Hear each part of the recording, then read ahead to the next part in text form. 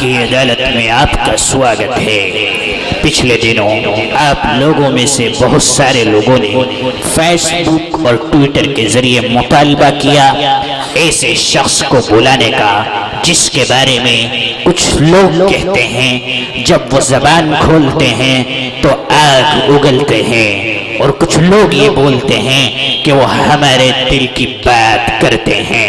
Please welcome all India मजलिस इत्तेहादुल मुस्लिमीन के सदर जनाब असदुद्दीन ओवैसी। मुकद्दमे में हमारे जज हैं जनाब कैफ उर्फ हिचकोला बाबू।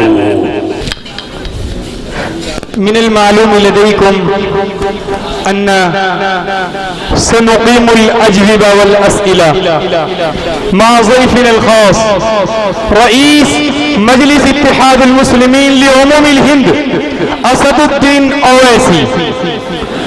नुक़द्दिम इलैहि अस्इला साबा व नतलुब मिन अजविबतन सरीहा ونورد عليكم كقاضي المحكمة القاضي كيف صاحب المعروف بهشكولا بابو. قبل أن نتهم على رئيس مجلس اتحاد المسلمين لعموم الهند نطلب ليناسب لنا أن نستأذن من القاضي المحكمة العامة، فنستأذن من القاضي. أنا أسمح بافتتاح إجراءات المحكمة.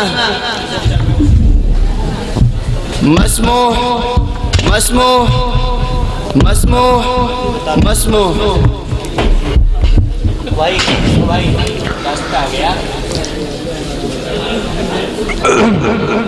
الاتهام الأول على رئيس مجلس اتحاد المسلمين لعموم الهند أسد الدين أويسي في المحكمة العامة.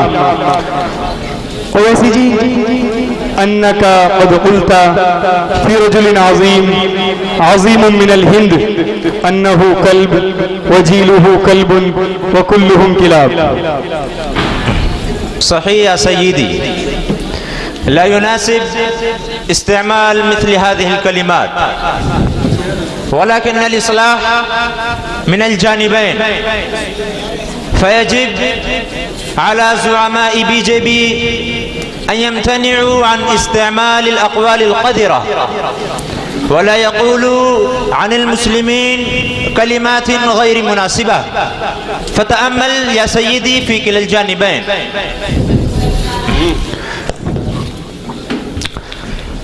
ويسي جي يتهم علي أنك قلت هذا ليس بملايم سنگھ بل هذا ملايم لبس إزار منظمة RSS.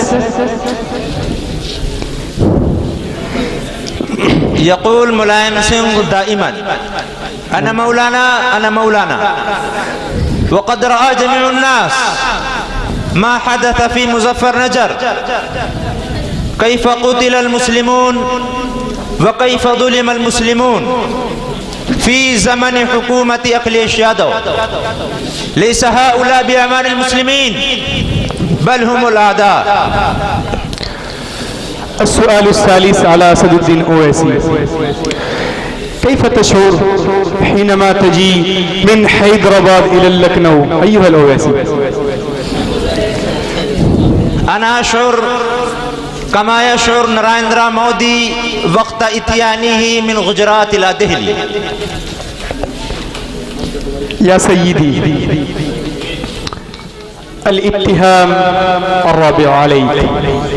ما فهمت حتى الآن نكتة أن جميع المواطنين ينادون رئيس الوزراء مودي مودي وأنت تقول مودي. ما فهمت حتى الآن سببه. من فضلك أخبرني ما أقول، هل أقول موزي أم مودي؟ أيها الأويسي، أنا أسألك، أنت تأتي من حيدرباد إلى أتر برديش ولست من سكانهم، فلما يصوتك سكان أتر برديش؟ أنا أعتقد أن كل طبقة لها حزب سياسي على حدة ولهم زعماء سياسيون، فيادو اختاروا أخيلیش یادو كزعيم سياسي لهم، فسماجوادي حزب اليادو، وذلك اختاروا ماياوتي، وهكذا طبقات أخرى. وليس للمسلمين حزب سياسي، فلذا أقول يجب على المسلمين أن يرتبطوا بمجلس اتحاد المسلمين. قد أوقعنا الاتهام على رئيس مجلس اتحاد المسلمين لعموم الهند أسد الدين أويسي،